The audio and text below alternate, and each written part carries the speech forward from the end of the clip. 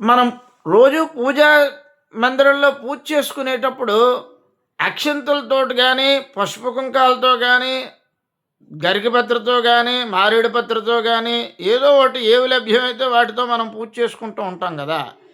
అయితే వీటిల్లో కూడా ఎవరెవరికి ఏవేమి వాటిని దేనితో పూజ చేయాలి, దేనితో చేయకూడదు అనేటటువంటివి కూడా మనకు తెలియజేయడం జరిగింది.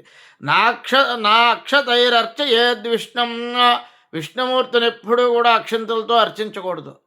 విష్ణువుని నా అర్చయేత్ అర్చన నా అంటే చేయరాదు. అక్షతే విష్ణు విష్ణుమూర్తిని అక్షతలతోటి చేయకూడదు.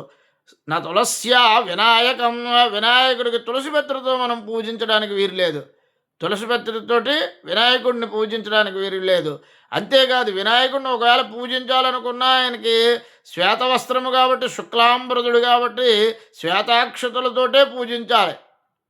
ఒకవేళ అక్షతలతో పూజించినా పసుపక్షతలు కానీ ఆర్ద్రాక్షతలు కానీ రక్తాక్షతలు అయినటువంటి ఎర్రని అక్షతలతో కూడినటువంటి ఎర్రగంధంతో కలిపినటువంటి అక్షతలు కానీ కుంకంతో కలిపినటువంటి సమ్మిశ్రితం చేసినటువంటి అక్షతలు కానీ మళ్ళీ పనికిరావు. శ్వేతాక్షతలు అంటే శ్వేతాక్షతలు అంటే తెల్లని అక్షతలు ఎలా వస్తాయ్యా?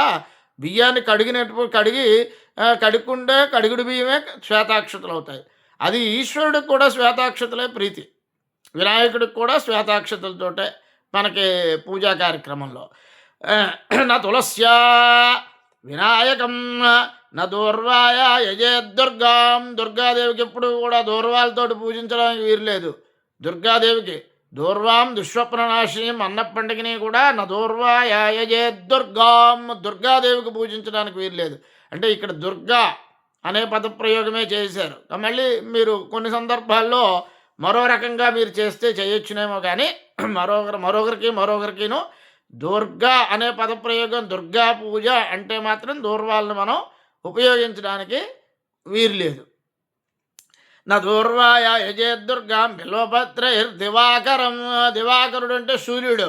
దివాకరుడికి నా బిల్వపత్రాలతోటి పూజించడానికి వీర్లేదు. బిల్వపత్రం అంటే మారేడు పత్రితోటి సూర్య భగవానుణ్ణి పూజించడానికి వీరలేదు. శ్లోకం మళ్ళీ చెప్తున్నాను. నా అక్షతైరర్చయేద్విష్ణుం న తులస్యా వినాయకం న దూర్వాయ యజేద్దుర్గాం బిల్వపత్రైర్దివాకరం. ఇది ప్రమాణ శ్లోకము.